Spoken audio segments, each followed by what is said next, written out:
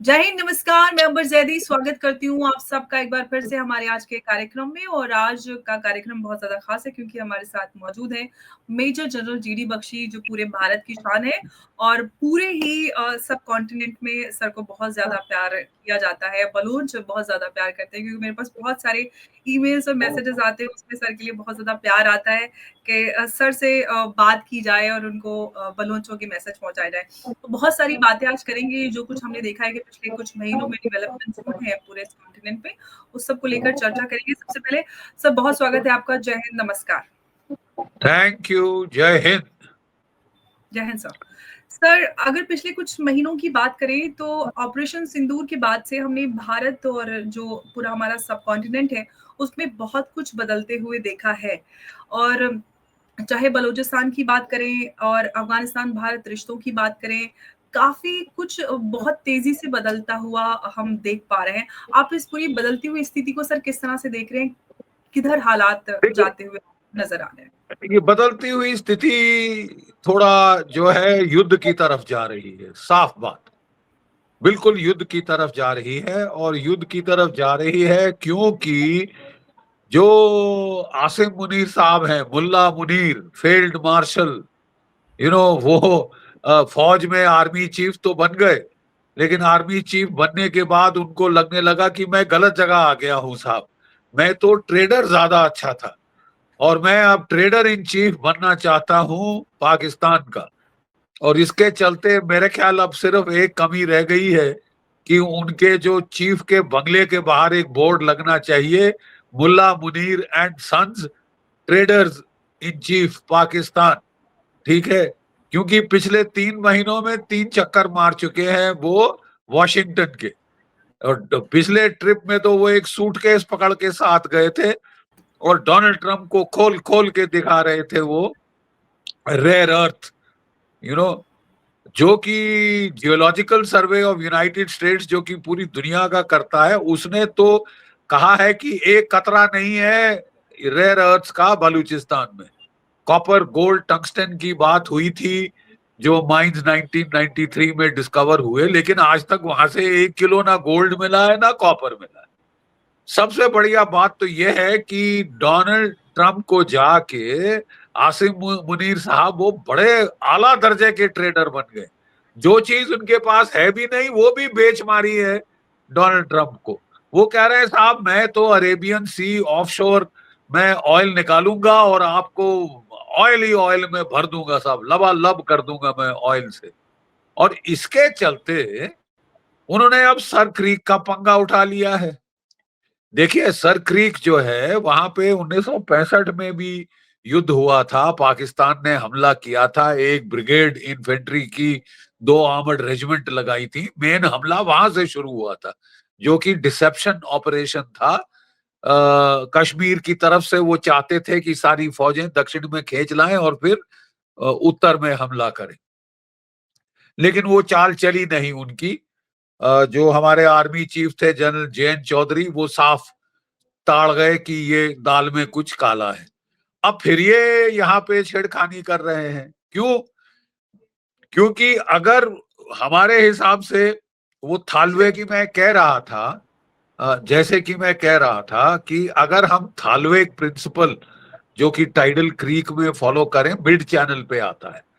पाकिस्तान का कहना नहीं साहब, वो जो बाउंड्री है मिड चैनल में नहीं है, हालांकि लिखा हुआ है साहब, लेकिन वो भारत की जो साइड है उसके उसके साथ लगती है। तो अगर वो एंगल आप ऐसा ले लें तो कई हजारों स्क्वायर किलोमीटर जो आपका एक्सक्लूसिव इकोनॉमिक जोन है वो पाकिस्तान को चला जाता है। और पाकिस्तान को वो बड़ा बुरी तरह से चाहिए क्योंकि वो वहां पे ट्रेडिंग करने चाहते हैं।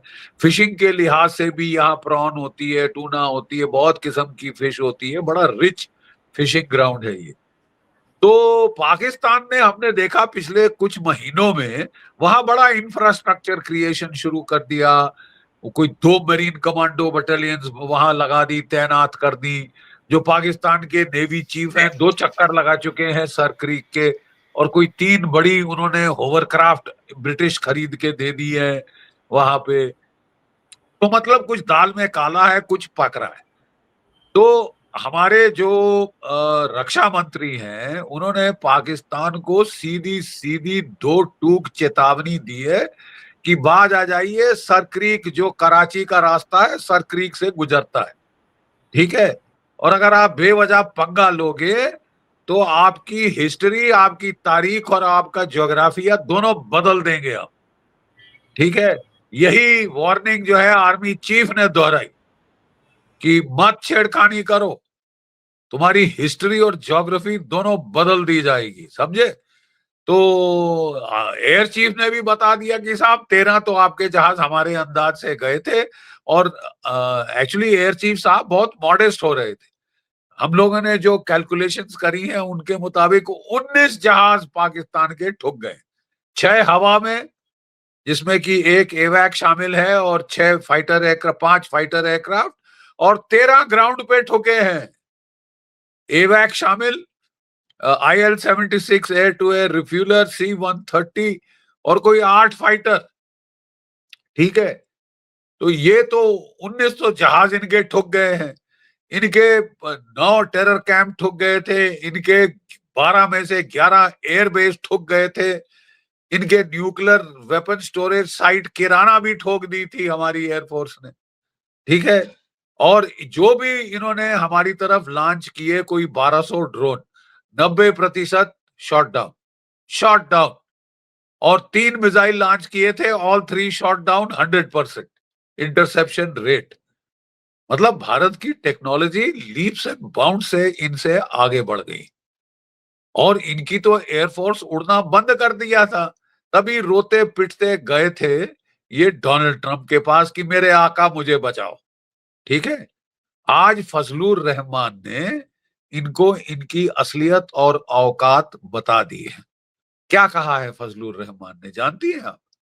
बिल्कुल फजलुर सर, मैंने रहमान ने देखा था इनको, उनका स्टेटमेंट, आपने उन्होंने जंग के आपने हवाले से बोला कि पाकिस्तान फर्स्ट जंग हाँ, है ये उन्होंने सब। पाकिस्तान को बोला है कि तुम्हारी इज्जत बचा ली हम लोगों ने, तुम जो फॉल्स नैरेटिव जीत के जश्न मना रहे थे, बकवास, झूठ है, फरेब है, पंगा मत लो।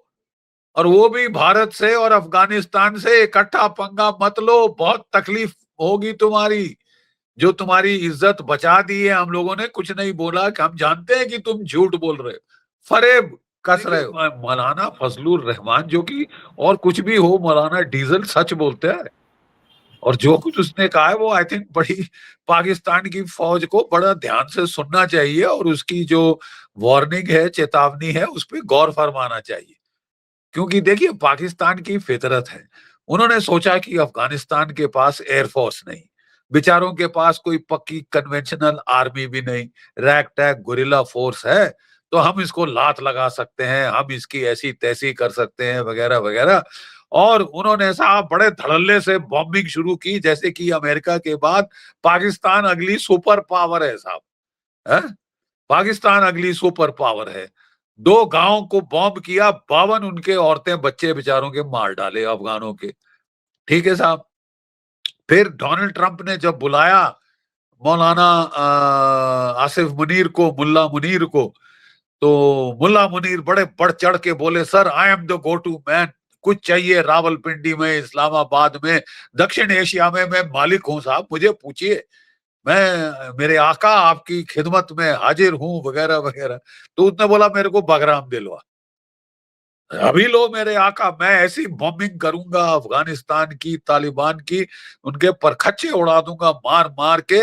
और साहब बस एक चीज है कि उनका खाना पानी बंद करना है, दाना पानी जो भारत है वो उनको भेज रहा है, अनाज, डबल रोटी, बिस्कुट बच्चों के लिए, मेडिसिन वगैरह भेज रहा है। तो साहब इसको बंद करा दे, मैं तो लैंड रूट से जाने नहीं दूंगा। आप प्लीज जो कि चाबहार का पोर्ट है साहब, उसको ब्लॉक कर दीजिए साहब, ताकि भारत वहां पे राशन पानी ना पहुंचाए। और भूखे मरेंगे ये अफगान तो घुटनों पे आ जाएंगे मेरे आका, और अपने आप प्लेट में डाल के आपको बगराम दे देंगे। ये तरीका है इनको लात लगाने का, हम अच्छी तरह से जानते हैं, हमने डील किया है। जी। माफ कीजिए, सर आप बगराम नहीं की आपने जानते। बात की है, माफ कीजिएगा सर, आपकी बात बीच में कट रही है। बगराम की बात हो रही है, काफ़ी कई पिछले कई हफ्तों से, लगभग 1 डेढ़ हफ्ते से ये न्यूज़ चल रही है, हर तरफ ये चर्चा है कि बगराम एयरबेस भारत को मिलने वाला है और कुछ एक्सपर्ट्स ये कहते हैं कि भारत को बगराम की ज़रूरत नहीं है। आप सर इस पूरे बगराम की जो ये एक स्टोरी और ये खबरें चर्चा में है, इस पे आप क्या कहना चाहते हैं सर? देखिए, बगराम का किस्सा ऐसा है कि बगराम एयरबेस रूस ने बनाया था। बहुत भारी जबरदस्त एयरबेस और सारी उनकी एयर पावर का इस्तेमाल जो कि काफी जबरदस्त तरीके से उन्होंने किया था, वो वहां से हुआ था। याद रहे रूस ने तकरीबन बैंड बजा दिया था। सारे तालिबान तालिबान तो खैर बाद में आई थी, जो भी ऑपोजिशन थी, मुजाहिदीन थे, उनका बहुत बुरा हाल किया था। और जब वो छोड़ के गए तो नाजिबुल्लाह को इंचार्ज छोड़ गए थे और 5 साल वो टिका रहा। यानी अफगानिस्तान की जो नेशनल आर्मी जो उन्होंने खड़ी करी थी, वो 5 साल तक लड़ी और बहुत अच्छा लड़ रही थी। ये तो जब सोवियत संघ वहां से निकल गया और उन्होंने एड बंद कर दी और फिर नाजिबुल्लाह ने चतुराई दिखाई कि मैं अमेरिका की गोद में जाके बैठ जाऊंगा, तब वो मारा गया। ठीक है। लेकिन रूसियों ने अगर किसी ने वाकई दबाया था सर, तो बहुत बुरी तरह से वो दबा के गए थे। अमेरिका तो वहां से भागा है, सर पे पांव रख के भागा जो बाइडेन के टाइम में, और ऐसा केओटिक विड्रॉल तो आज तक तमाशा बन गया अमेरिका का पूरी दुनिया के सामने। जिस तरह से लटक लटक के वो भागे वहां से, बहुत ही it was a disgrace, military disgrace. अब डोनाल्ड ट्रंप साहब को लगा कि साहब हमने ये बेस खो के अच्छा नहीं किया साहब, बहुत बढ़िया बेस था, चीन को संभाल सकता है, यहाँ से रूस पे हमला हो सकता है, सेंट्रल एशिया को हम दबा सकते हैं, भारत के खिलाफ भी एक्शन ले सकते हैं, तो ये बहुत बढ़िया बेस है। तो डोनाल्ड ट्रंप ने बोला साहब मुझे चाहिए। अब जैसे डोनाल्ड ट्रंप की तो जिसको बोलते हैं ना साहब हम हिंदी में बाल हट, कि मेरे को चॉकलेट खानी है तो खानी है साहब, मेरे को टॉफी खानी है तो खानी है, लॉलीपॉप है तो चाहिए, और दुनिया देगी। अब प्रॉब्लम यह है कि बाप का राज तो है नहीं। यूनिपोलर पावर मूवमेंट 1990 में जो शुरू हुआ था, वो 2020 तक, 2010 तक, 2020 तक खत्म हो चुका। अब मल्टीपोलर पावर इक्वेशन आ गई है। तो ऐसे में आप दादागिरी दिखाएं तो मेरे ख्याल कोई वो चल नहीं रही। अगर इनको अभी तक समझ नहीं आया है तो आगे और आएगा। तो बड़ी धड़ल्ले से गए थे चीन की दुम मरोड़ने, सिट्टी पिट्टी गुल हो गई वहां से, बड़े खिसियाई बिल्ली जैसे आए वहां से खंबा नोचते हुए। ठीक है।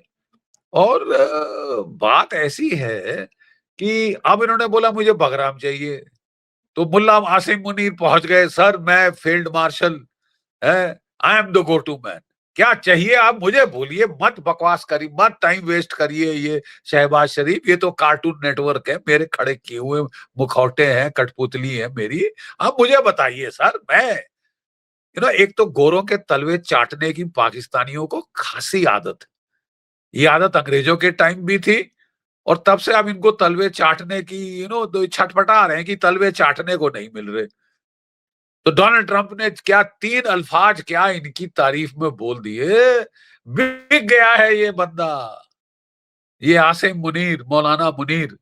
और वहां जैसे मैंने बताया ट्रेडर इन चीफ बन के पहुंच गया कि डोनाल्ड ट्रंप ट्रेडर, मैं भी ट्रेडर, ट्रेडर ट्रेडर मुसेरे भाई, हम बहुत खुश होगा ये मेरे से, तो मैं ट्रेडिंग शुरू करता हूं साहब, मैं $1 ट्रिलियन बिल्कुल, इकोनॉमी एकदम से बनाऊंगा सेल्समैन की पाकिस्तान। तरह बक्सा लेके गए थे रेयर अर्थ मिनरल्स का बक्सा लेके पहुँचे थे एकदम सेल्समैन की तरह। लेकिन सर अगर भारत की बात करते हैं, सर भारत का नोटम पूरे नॉर्थ ईस्ट से लेके वेस्टर्न बॉर्डर तक हम देख रहे हैं। क्या ये सिर्फ एक एक्सरसाइज़ है या फिर हम इसको एक स्ट्रेटेजिक रेडीनेस कह सकते हैं strategic readiness drill against China and Pakistan both? देखिए मैं आपको 2-3 चीज बता दूं, तभी मैंने प्रीएम्बल स्टार्ट किया था। ये जो प्रॉब्लम हो रही है अफगानिस्तान में उससे, ठीक है, पाकिस्तान, और जो पाकिस्तान में सर क्रीक में छेड़खानी कर रहा है, ठीक है, और वो धमकी दे रहा था आसिम मुनीर कि मैं रिलायंस की रिफाइनरी उड़ा दूंगा जो गुजरात में है साहब। ठीक है। तो गुजरात की तरफ इनकी कोई आंखें खासी ही ज्यादा रोविंग कर रही थी। ठीक है। तो भारत ने भी कहा है कि साहब हम तुमको होश हवास उड़ा देंगे। ये जो एक्सरसाइज शुरू की गई है, इसमें हमारा जो 21 कोर, जो स्ट्राइक कोर है सेंट्रल इंडिया में, वो वहां से जाके पहुंचा दिया है भारत ने पूरा। T-72 tank, T-90 tank, BMP तोपखाना, आर्टिलरी, बोफोर, एटैक, शेटैक सब वहां पहुंच गए, पिनाका, शिनाका। और ये ट्राई सर्विस एक्सरसाइज है, यानी कि आर्मी, नेवी, एयरफोर्स तीनों इसमें है। और मैं बताऊं कि ये मल्टी डोमेन एक्सरसाइज है। देखिए 3 डोमेन तो सब जानते हैं, लैंड, एयर, सी। लेकिन जो नई डोमेन्स हैं वो है साइबर स्पेस, साइबर आउटर और स्पेस स्पेस। जी। और इलेक्ट्रॉनिक वॉरफेयर डोमेन। इसमें जी। भी हमारी जंग की हम लोग प्रैक्टिस कर रहे हैं। जो लेसन हमने सीखे थे ऑपरेशन सिंदूर में, उनको ट्राई आउट किया जा रहा है। कुछ नए कॉन्सेप्ट हैं जैसे थिएटराइजेशन वगैरह, वो सब हम ट्राई आउट कर रहे हैं। लेकिन देखिए मामला केवल एक्सरसाइज का नहीं है। देखो बेटा, केवल एक एक्सरसाइज नहीं है। मैं आपको बताना चाहता हूं कि केवल एक एक्सरसाइज नहीं, कई मल्टीपल एक्सरसाइजेज इकट्ठी चल रही हैं। ठीक है, नेवी की एक्सरसाइज चल रही है, पूरे अरेबियन सी के ऊपर नो टाइम हो गया है, गुजरात राजस्थान के ऊपर नो टाइम है। ठीक है, और यहाँ पे तनोट बल से लेके नीचे रण ऑफ कच्छ तक हमारी ये एक्सरसाइज चल रही है, त्राई शक्ति। और फिर जो महाजन फील्ड फायरिंग रेंजेस है वहां एक्सरसाइज चल रही है, पोखरण फील्ड फायरिंग रेंजेस वहां एक्सरसाइज चल रही है, लद्दाख नियोमा में एक्सरसाइज चल रही है, फील्ड फायरिंग हो रही है। ठीक है, बांग्लादेश के बे ऑफ बंगाल के ऊपर हमारे मिसाइल टेस्टिंग हो रही है। नॉर्थ ईस्ट में बड़ी एक्सरसाइज चलेगी, एक नहीं 3 चलेंगी। ठीक है, और एयरफोर्स की तो 2 या 3 एक्सरसाइज चल रही है, महागजराज और रोमियो 1। महागजराज के नीचे रोमियो 1 के तहत जो हमारे सेंट्रल इंडिया है उसके ऊपर भी एयर एक्सरसाइज नो टाइम हो गया। तो पाकिस्तान को तो चक्कर आ गया, समझ नहीं आ रहा कि हो क्या रहा है। साथ ही में पंगा ले लिया है तालिबान से, बड़े घोड़े पे चढ़ के उनकी बॉम्बिंग कर रहे थे। वो तालिबान ने लैंड पे अटैक किया, 5 पोस्ट पर खच्चे फाख्ते उड़ा दिए, होश आवाज के, पतलूने उतार दी इनकी और अपने बेनेट पे टांग के फहरा रहे थे आसमान में जैसा कोई परचम फहरा था, पाकिस्तान की फौज की पतलून। ठीक है, ऐसी बेइज्जती तो हमने किसी फौज की हाल में कमी हमने देखी है साहब। बकवास बड़ा कर सर रहे ये थे पतलून लेकिन उतरवाने की तो पाकिस्तान का इतिहास है सर, उनके लिए कौन सी नई बात है सर। ये हमारे यहाँ ये भी उनकी ये बहुत तो सारी पतलून। ये तो सरेंडर में माहिर है। 1993 में तो मैं चश्मदीन गवाह हूं। मैं चश्मदीन गवाह हूं इस चीज का कि किस तरह इनके 93,000 कैदी हाथ खड़े करके हथियार जमीन पे रख दिए थे। हमने अपनी आंखों से देखा है। सरेंडर के ये माहिर हैं। हर रोज 6, 10, 6, 7, 8, 10, कभी बलूच आर्मी मार रही है, कभी तहरीके तालिबान मार रही है। और तहरीके तालिबान का डिप्टी कमांडर तो बोल रहा था, माँ का दूध पिया है तो आ जाओ, मर्द के बच्चे हो तो आ जाओ। ऐसी मतलब मैंने किसी को ऐसी धमकी देते नहीं सुना सा। मतलब कोई हमारी फौज को दे तो हमारा तो खून खौल जाए सुनकर। ठीक है, लेकिन अब ये मौलाना मुनीर की प्रॉब्लम ये है कि ये जब आप जरूरत से ज्यादा चतुर बनो, वो एक गाना होता था ना, चतुर नार बड़ी होशियार अपने ही जाल में फंसत जाते कि ऐसी चतुराई दिखाओ कि अपने जाल में खुद फंस जाओ। ठीक है, ये चले थे दादागिरी दिखाने की मैं भारत को, अरे 2 टके का मुल्क है, फटीचर मुल्क है, 2 रोज की रोटी अपने आवाम को नहीं दे पा रहा। हा?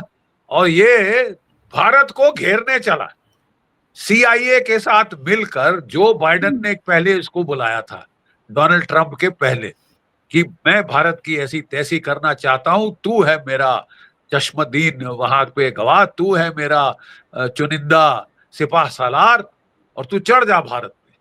तो CIA के साथ मिलके पाकिस्तान की ISI ने कलर्ड रेवोल्यूशन कराई बांग्लादेश में। फिर कलर्ड रेवोल्यूशन में CIA का साथ दिया नेपाल में। ठीक है साहब, ये 2 टके का मुल्क, आप अपने लोगों को 2 रोज की रोटी नहीं खिला पा रहा। लेकिन ये देखो, ये मुंह मसूर की दाल चले भारत को घेरने नॉर्थ ईस्ट में कि साहब हम तो अमेरिकन की मदद करेंगे, कुकी लैंड बनाएंगे, Christian Kuki land in the North East, Bharat से काट के नया देश बनाएंगे। ये पाकिस्तान अपने आप को बचा लो तुम्हारे 4 नहीं 5 टुकड़े होने की कागार पे हो तुम इस वक्त खड़े, सिविल वॉर की कागार चल रही है, सिविल वॉर, इकोनॉमिक मेल्टडाउन होने वाला है, और ये रस्सी जल गई, ऐंठ नहीं गई। ये लगे हैं कि हाँ मैं तो भारत के टुकड़े कर दूंगा साहब, मैं बड़ा सिपा सालार, मैं चंगेज खान की औलाद, वगैरह वगैरह वगैरह।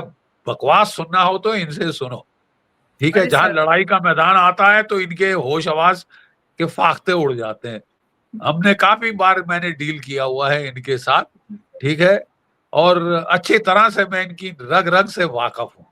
बकवास बिल्कुल बहुत सर, करते हैं, बिल्कुल सर, करने के इन्होंने लिए दूर को हालत लेकर खस्ता सही हो में जाती एक नैरेटिव बनाने की कोशिश की कि इन्होंने हमको हरा दिया है, भारत को हरा दिया है। लेकिन कहीं न कहीं वो नैरेटिव भी इनका बर्स्ट हो गया है। लेकिन सर, हम ऑपरेशन त्रिशूल की हमने बात की, जिसमें हम ट्राई सर्विसेज़ की जो भी है सारी एक्सरसाइज़ हो रही है। लेकिन सर, है। आपने साइबर और स्पेस डोमेन्स भी इसमें शामिल है, वो सारी बात बताई। क्या सर ये भारत की एक हाइब्रिड वॉरफेयर डॉक्ट्राइन की हम कह सकते हैं कि एक फर्स्ट फील्ड टेस्ट है, जो हम इस पे देख देखिए, रहे हैं? बहुत बहुत बहुत अच्छा सवाल है, मुफीद सवाल है। मैं आपको बताना चाहता हूं एक चीज। देखिए, एक होती है डेटरेंस। डेटरेंस क्या होती है? डेटरेंस होती है बेटा कि अगर आप यू नो अपने दुश्मन को अनडिजायर्ड एक्टिविटी करने से रोकना, ठीक है। और आप जो है मतलब अगर पाकिस्तान पिछले 30-40 साल से टेररिज्म करता आ रहा है, हुँ, आप उसे रोक नहीं पाए, ठीक है ना। मतलब रोकना शुरू आपने किया, पहले तो आप बिल्कुल रक्षात्मक होके अपने ही देश से लड़ रहे थे। जब ये प्रेजेंट मोदी सरकार आई तब उन्होंने 2016 में पहली बार बॉर्डर पार किया, उड़ी के बाद। फिर 2019 में बालाकोट में पार करके ठोका, ठीक है। लेकिन वो छोटे वार थे, ठीक है। प्रॉब्लम ये है कि डेटरेंस का टाइम चला गया। हुँ। एक और टर्म दो जरूर प्लीज आप समझिए एम्बर, मैं आपको बताना चाहता हूं कि इज इट एम्बर और Amber? Sir, it's Amber, but it's Amber also. Like it depends, but Amber. Amber, okay okay okay. So what I was saying was कि देखिए एम्बर, मैं आपको बता रहा था कि ये जो है एक टर्म दो और होती हैं, उनको बोलते हैं मिलिट्री टर्मिनोलॉजी में कोअर्शन एंड कंपेलेंस। कोअर्शन कैसे की जाती है? बड़ी एक्सरसाइजेस करके दुश्मन के ऊपर दबाव डाला जाता है, और ना सिर्फ एक्सरसाइज की जाती है, कहीं ना कहीं एक्चुअल काइनेटिक एक्शन भी किए जाते हैं कन्विक्शन डालने के लिए, ठीक है। अभी हमने काइनेटिक एक्शन किया है मई के महीने में। इस वक्त पाकिस्तान चरमराया हुआ है, हिला हुआ है असली में। ऊपर से मुस्कान दिखा के आप मंद मंद मुस्कान दिखाओ दुनिया को, कुछ नहीं हुआ कुछ नहीं हुआ। हमें मालूम है दर्द कहाँ हो रहा है, बड़ी नाजुक जगह दर्द हो रहा है, ठीक है ना। अच्छी जी। जगह से पड़ी है मार। तो आप चाहे क्या गम है मुझे छुपा रहे हो, क्या हल्के मुस्कुराने की कोशिश कर रहे हो, वो भी फेल हो रही। जैसे फजलुर रहमान साहब ने असलियत बता दी कि हम तो तुम्हारा झूठ छुपा रहे हैं। बिल्कुल सर, और बलूचिस्तान की हकीकत भी सबसे पहले मौलाना फजल रहमान ने ही खोली थी कि बताई बलूचिस्तान में थी कि अपडेट भाई हो चुका है वहां पाकिस्तान। कितने शहर है, गांव है जहां की आपकी फौज जा नहीं सकती साहब। हमारा वहां पे राज है बलूचियों का, बलूचिस्तान का राज है। अरे वो बहादुर लड़ाके हैं, बहुत बहुत अच्छे योद्धा हैं वो बलूच, और मतलब दाद देनी पड़ेगी उनकी बहादुरी की, हिम्मत की, शुजात की। उन्होंने जैसी इनकी फौज की ऐसी तैसी करी है साहब। हाल गुज़िश्ता सालों में हमने ऐसा ऐसी पिटाई नहीं देखी, धुनाई नहीं देखी है, ठीक है। और साथ सोने पे सुहागा वहां हमारे पठान है, पश्तून है। वैसे बाय द वे मैं भी डेरा गाजी खान के हैं मेरे मेरे मेरे पुरखे, ठीक है। अच्छा, मैं भी हिंदू पठान हूँ तो मैं अच्छी तरह ओके। जानता हूँ पश्तून वाली क्या चीज। पश्तून वाली में देखिए दो चीजें हैं। एक है ट्रेडिशन ऑफ बेल मस्तिया, ठीक है, कि अगर मेरे पास कोई शरणागत, कोई शरणार्थी आए, कोई आए कि मेरे भाई मेरे को बचा ले, तो मेरा पूरा कुनबा मर जाएगा लेकिन उसके ऊपर बाल बांका नहीं होने दे। इसको बोलते हैं बेल मस्तिया की ट्रेडिशन अफगानिस्तान में। दूसरी ट्रेडिशन है बदल। तूने मेरे परिवार का एक बंदा मारा, अरे 7 पुश्तों तक तेरे से बदला नहीं लेंगे, एक मार के बराबर नहीं करेंगे, 7 पुश्तों तक बदला लेंगे। तुमने छेड़ा किसको है यार? बड़ी सूरमा जातियां जो हैं, बलूच, पश्तू, तो इन्होंने पंगे सब जगह ले लिए हैं, चौतरफे पंगे लिए, भारत को छेड़ा है। और फिर उन्होंने वो नमक पे, वो बोलते ना घाव पे मिर्च डालने के बराबर, ये इन्होंने यहाँ जो है सरक्रीक में पंगा लेना शुरू किया। अब लेने के देने पड़ गए, क्योंकि एक एक्सरसाइज नहीं, मल्टीपल एक्सरसाइजेज चल रही हैं। एक खत्म हो रही है, दूसरी चालू हो रही है, नो टाइम पे नो टाइम इशू हो गए हैं। और कल सुबह 3:30 बजे इनके 3 एयर बेसेस, शोरकोट, मियावाली और एक और, मैं कह रहा था कि इन्होंने जो है बड़ी गलत टाइम पे पंगे लिए हैं, बहुत ही, इट इज हॉरिबल टाइमिंग। और सबसे बड़ी इनकी प्रॉब्लम ये है कि आसिम मुनीर घोड़े पे चढ़ के डोनाल्ड ट्रंप के पास पहुंच गया और बोला मेरे आका क्या चाहिए, तो उसने बोला जरा तू एक कोर लगा दे गाजा में, हमास को तू डिजाम करेगा इजराइल के लिए।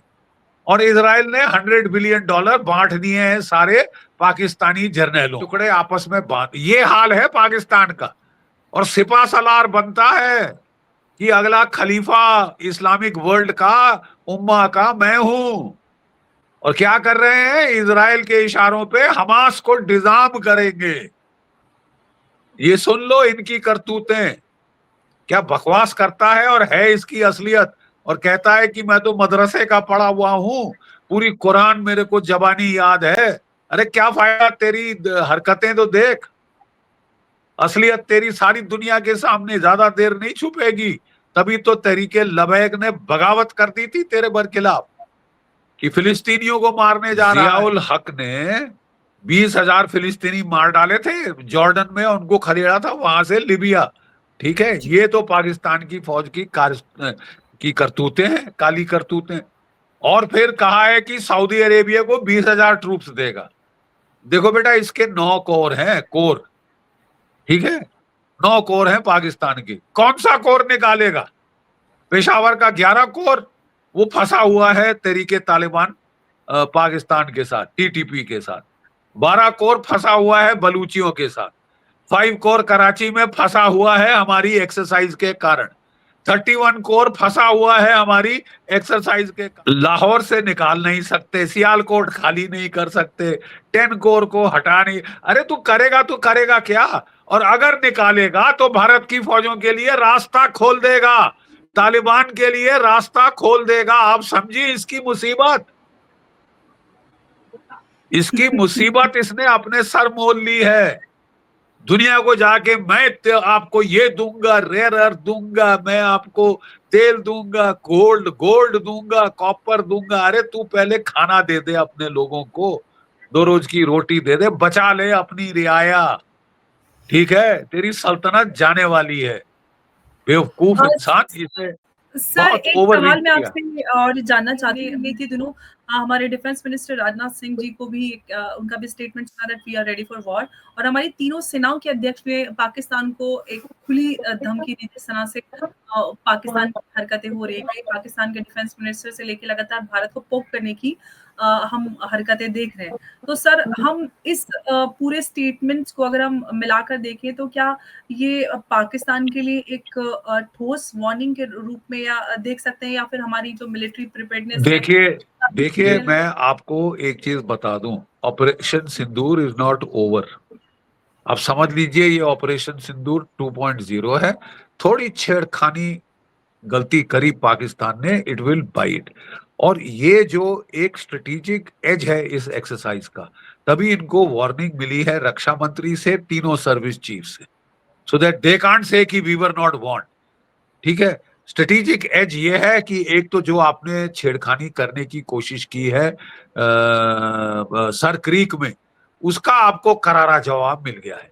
जो आपने धमकी दी थी रिलायंस रिफाइनरी उड़ा देंगे, आप जरा अपने आप को बचा लो पहले, फिर उड़ाना कुछ और, ठीक है? और तीसरा, अगर पाकिस्तान समझता है कि मेरी फौजी ताकत तालिबान से कहीं ज्यादा है, उसके पास एयरफोर्स नहीं, टैंक नहीं, ये नहीं वो नहीं, तो मैं रगड़ दूंगा अफगानिस्तान को।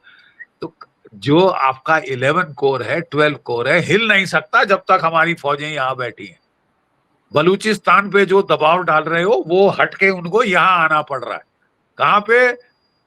ये सर क्रीक के बॉर्डर पे, क्योंकि अब उनकी होश आवाज के फाख्ते उड़ रहे हैं कि हमला आया आया आया। ठीक है, तो ये एक तरीका है हेल्प करने का बलूचियों को, बीएलए को, बीएलओ को, कि हम इनको खींच के लाते हैं इनकी फौज को इधर, तो मारो इनको। ठीक है, पश्तूनों को हमने बोला फिक्र ना करो। देखिए, पश्तून हमारे भाई हैं। और सर एक बलोच ने भी, जमाना था तालिबान ने महाभारत भी के वार्निंग दी टाइम थी में। कि आपको भारत के बॉर्डर तक छोड़ के आएंगे। नहीं नहीं, बिल्कुल। देखिए, एक टाइम था महाभारत टाइम में, गांधार की गांधारी की शादी दिल्ली के खानदान से हुई थी। ठीक है, रिश्ते बेटे हैं हमारे वहां, और वहां पे जो काबुल शाही जो डायनेस्टी थी वो मेरे पुरखे थे उसमें। ठीक है, तो हम जानते हैं कि इनके साथ हमारा, ये बेचारे जो कुछ भी हैं ये बड़े सीधे साधे लोग हैं। They are simple people at heart. पहाड़ों के लोग हैं, सिंपल पीपल एट हार्ट, ज्यादा चतुर लोग नहीं है। ठीक है, जी। अच्छे हैं तो बहुत अच्छे हैं, बुरे बुराई करो तो बहुत बुरे। ठीक है, तो इन्होंने सोचा था कि हम इनको स्टाव करेंगे इनटू सरेंडर, खाना पानी बंद कर देंगे। तो वो भारत ने क्या कहते हैं, ये जो छाबहार पोर्ट के थ्रू सप्लाई खाना पहुंचाया। जब वो भी बंद कराया अमेरिका से बोलकर, तो हमने बाई एयर पहुंचाना शुरू किया। C-17 पे, C-17 सबसे बड़े जहाज वहां पे राशन पानी पहुंचा रहे हैं। और अब तालिबान ने रिक्वेस्ट किया है कि साहब बगराम का एयरबेस आप टेक ओवर कर लें, जो यहाँ के हथियार हैं, एयर डिफेंस सिस्टम आप एक्टिवेट कर लें, ताकि जो पाकिस्तान हम पे ताबड़तोड़ एयर अटैक्स कर रहा है, हम उसका जवाब तो दे पाए, अपने आप को बचा तो पाए। और कोई 200 जो उनके पास फाइटर ट्रेनर एयरक्राफ्ट थे, और वहां तो मिग शिग भी पड़े हुए हैं रूस के जमाने के। उनके जो, जब अफगानिस्तान की अपनी एयरफोर्स थी नाजिबुल्ला के टाइम और उसके बाद करजाई के टाइम वगैरह, तो वो उनके पायलट ट्रेंड थे जहाज उड़ाने में। भारत में ट्रेनिंग ली है, रूस में ट्रेनिंग ली है, तो हम तो हमेशा इनकी हेल्प करते आए। तो साहब, हम अफगानिस्तान के लोगों को भूखा मरने नहीं देंगे, पीरियड। Get that right. बिल्कुल, और क्योंकि अगर पर पाकिस्तान भारत और सोचता है कि वो दादागिरी करेगा, कि मेरे को अमेरिका ने अपॉइंट किया है चौकीदार साउथ एशिया का, जिस भी देश को चाहे लात मारूं, चाहे भारत, चाहे ईरान, चाहे अफगानिस्तान, सबको लात लगा के रखूंगा, मैं सर अमेरिका का ईरान, सिपा सालार हूं। मौसम नकवी सर, पाकिस्तान के जो इंटीरियर मिनिस्टर है वो ईरान गए और उन्होंने बोला कि ईरान और पाकिस्तान तो पीस और उसमें पार्टनर्स हैं और रीजनल पीस और सब पे। तो ये सर क्या चल रहा है? क्या कहीं वो अपना पाकिस्तान और ईरान अब वो न्यूक्लियर अम्ब्रेला में तो नहीं आ रहे हैं? और क्या हो रहा है ईरान और पाकिस्तान को लेकर? क्योंकि ईरान क्यों पाकिस्तान, क्योंकि हमने देखा है जब ईरान और इजराइल और ये जो कॉन्फ्लिक्ट हुआ था अमेरिका, उसमें ईरान को धोखा पाकिस्तान ने दिया था। अब एक बार फिर से पाकिस्तान के ऊपर ईरान क्यों भरोसा कर रहा है? देखिए, ये जो है अब पाकिस्तान की काली करतूतें, they will come back to haunt Pakistan. ये जब पहली बार वॉशिंगटन गया था आसिम मुनीर, वहां प्रॉमिस करके आया था कि आप ईरान पे हमला करें, मैं आपकी मदद करूंगा, मैं बेस दूंगा। फिर दूसरी बार गया, तीसरी बार गया तो बोला मैं बगराम एयर बेस दिलवा दूंगा, मैं अफगानिस्तान की ऐसी तैसी कर दूंगा, मैं भारत को लात लगा के रखूंगा साहब, मैं उसको बांग्लादेश में उंगली करूंगा, ये करूंगा वो करूंगा। और अब इसको समझ नहीं आ रहा कि बलूचियों से बचाए, पश्तूनों से बचाए, सिंध भी बगावत में है, पीओके बगावत में है, गिलगिट बाल्टिस्तान बगावत में है, और अब तो पंजाब में भी लबैक ने तकरीबन बगावत कर दी, वहां जलियांवाला बाग किया है इसने। और फिर ये कह रहा है कि मैं प्रोवाइडर ऑफ सिक्योरिटी हूं to the bloody Middle East, वहां का चौकीदार भी मैं हूं। अबे तू अपने देश की चौकसी कर ले, तो फिर जाके मिडिल ईस्ट में तू करना। कहां से निकालेगा ट्रूप्स? और निकालेगा तो तेरे को या तो तालिबान मारेगी, या बलूच मारेंगे, या भारत मारेगा। ठीक है, तेरे पापों का घड़ा भर चुका है मुनीर, तू दफा हो जाए तो तेरे देश का भी निजात होगा, और दुनिया की निजात होगी वैसे तेरी। भी सर दफा ही होने वाले हैं क्योंकि अब मुझे नहीं लगता कि वो रिपीट होंगे, उनके दिन पूरे हो ही रहे हाँ, वैसे भी उनकी ऑफिशियल। जो एक्सटेंशन है वो फंस गई है, जी क्योंकि बड़ा सर। चौड़ा होके ये बोल रहा था डोनाल्ड ट्रंप को कि ये शाहबाज तो कार्टून है, बटलर है मेरा। तो बटलर ने भी औकात दिखा दी है अब। अभी तो इनकी प्रमोशन जो है वो खतरे में है। लेकिन ये जी ऐसी बिल्कुल। कुत्ती चीज है कि अगर इसकी प्रमोशन रोकी तो ये कू कर सकता है। ये भी मत भूलिए, जी मैं बिल्कुल। आपको आज चेता रहा हूँ, आपकी चैनल जी के बिल्कुल थ्रू सर। लोगों को भी चेता रहा हूँ है। तो बहुत अच्छा लगा आपसे बिल्कुल सर, गुफ्तगू बिल्कुल। करके। आप मिलते रहिए। बहुत-बहुत धन्यवाद और सर, इस अहम चर्चा में जुड़ने के लिए सर। आप से रिक्वेस्ट है कि आप रेगुलर आएँ क्योंकि पूरे ही रीजन के लोग, अगर हम भारत तो खैर हमारा है ही, लेकिन बलूचिस्तान और अफ़गानिस्तान से लोग बहुत आपको सुनते हैं और आपको लगातार रिक्वेस्ट करते हैं कि सर को बुलाया जाए। तो मैं चाहूँगी कि आप रेगुलर आएँ और लोगों तक अपना मैसेज पहुँचाएँ। बहुत-बहुत धन्यवाद सर आपका। नमस्कार, जय हिंद, जय बहुत भारत। बहुत आभार। Thank you. जय भारत, जय हिंद। जय हिंद सर।